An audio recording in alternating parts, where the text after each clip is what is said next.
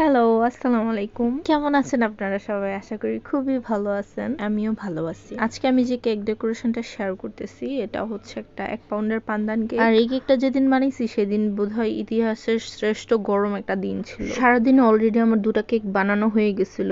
আর এই কেকটা আসছিল খুবই আর্জেন্ট অর্ডারের। আমি যে কি মনে করে রাজি হয়ে গেছি, I can not tell you. মাথায় শুধু এতটুকু ছিল যে সে আমার কাছে এর আগেও কেক অর্ডার করতে চাইছে, কোনো না কোনো কারণে সেটা হয়ে ওঠে নাই। আবারও যেন সেম না হয় তাই আমি অর্ডারটা নিয়ে নিছি। তার উপরে মাথায় একটা জিনিস ছিল যে আন্ডার প্রেসারে কাজ করা শিখতে হবে, মানুষ এভাবে গ্রো করে। তো সব মিলিয়ে আমি অর্ডার নিয়ে নিছি। তখন আবার আমার বেকিং ক্রাইসিস চলতেছিল, যেটা মূলত আমার চুলার হিটের কারণে ছিল। সেটা তখন বুঝতে পারিনি, বা এখন সেটা বুঝতে পারছি। হিটের কারণে সমস্যা হলেও কেকটা প্রপারলি বেক হয়েছিল বলা যায়। জাস্ট এটা স্পঞ্জের বদলে একটু ময়েস্ট টাইপের হয়ে গেছিল, দ্যাটস অল। আমি কেকটা যখন ডেকোরেশন করতেছি মনে মনে শুধু ভাবতেছি আল্লাহই জানে এটা যে ওজনে ঠিক মতো হয় কিনা। কারণ সচরাচর দেখা যায় 1 পাউন্ডের 6 ইঞ্চির যে কেকগুলো হয় সেগুলোকে আমি 3 লেয়ারে করে থাকি, কিন্তু এটাকে আমি 2 লেয়ারে করতে হয়েছিল। আর এই 2 লেয়ারের মাঝখানে ছিল ড্রাই কোকোনাট ক্রাম। এই তো নানা রকম চিন্তা ভাবনা করতে করতে কেক ডেকোরেশন করতেছিলাম। আর এই কেকটা ডেকোরেশনের জন্য আমার মাথায় খুব সিম্পল একটা ভিনটেজ টাইপের ডিজাইন ছিল। অনেকদিন পরে মোটামুটি বড় টাইপের একটা ভিডিওতে ভয়েস ওভার দিচ্ছি, তো মাথায় আসতেছে না কি বলবো,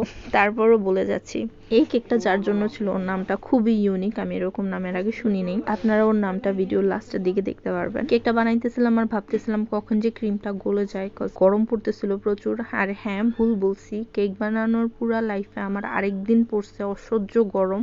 ওই দিনের তুলনায় এই দিনটা একটু মাইল্ড ছিল বলা যায়। ভাগ্য ভালো, ক্রিম কোনো নাটক করে নেই। ওয়েল, অ্যাটলিস্ট প্রথম দিকে তো করে নেই। বাই দ্য ওয়ে, এর আগেও বলছি, আবারও বলতেছি, কেকের উপরে দ্রুত ফিনিশিং আনার জন্য একটা ট্রান্সপারেন্ট শিট টাইপের স্ক্র্যাপার ইউজ করা বেস্ট। আমি এখানে যে স্ক্র্যাপারটা ইউজ করছি এটা আমি কিনে নিই, এটা আমি জাস্ট একটা ফাইল কেটে বানাই নিছি। এখন এগুলা কিনতেও পাওয়া যায়। এখানে কেকে প্রথমে ফিনিশিংটা আনার পর আমি এটার উপরে ছোট একটা স্টার নজেল দিয়ে একটা সোজা গোলাপ আর একটা উল্টা গোলাপ করে ডিজাইনটা বানাই নিছি।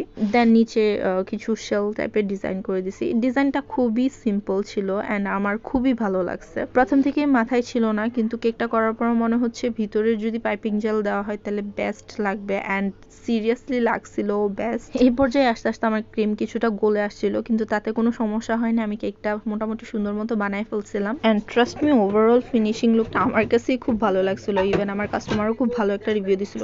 অহেতুক প্যারা নিচ্ছিলাম, কেক ওজনে একদমই কম হয়নি, বরং সচরাচর দেখা যায় আমার কেক 100-150 গ্রাম বেশি হয়ে যায়, যেটা আমি কন্ট্রোল করতে পারি নাই। এটার বেলায় আমার ওজনটা একদম ঠিকঠাক ছিল বলা যায়। Thank you for watching and please follow for more.